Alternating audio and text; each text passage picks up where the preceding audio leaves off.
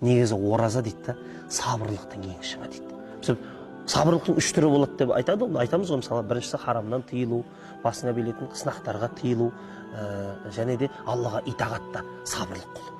Осы үшеу. Оразада үшеу бар да. Үшеу бар да. Харамнан ойсызда тыйылып жүресің.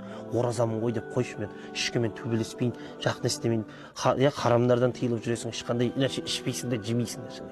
Итағат, оразаның өзі бір итағат. Итағатыңды қылып атсың, аш болып атсың. Басыңа келіп жатқан сынақ, аштыққа не істеп атсың? Субханалла, біреу кока-кола ішіп жатыр, біреу шашликтарын жеп жатыр. Бірақ сен не істеп атсың? Басыңа келіп жатқан балаға, былайша сынаққа сабырлық қылып жатсың. Яғни демек, ораза осы үшеуінің де қасиетін бір өз-өзінде жинап алған бір құлшылықтың түрі деп айтады да. Енді айтайын дегенім, адамға осындай бір мінез болады да, оразашыл адамдар болады, сабырлы адамдар болады, жомарт адамдар болады. Ал бұл мінездер біреуде туа біткенде болады өзі. Сабырлы, шахсиясы сондай да, адамның өзі сондай да. Бір мінезі көркем да, біреулер туа бітті жаңағындай, жомарт, қол ашық бір адамдар болады. Ал біреулерде оны практика арқылы өз-өзінде қалыптастырады. Қиналады, соны істейді. Осы нәрсенің дәрежесі негізі жоғары. Жоғары дәреже.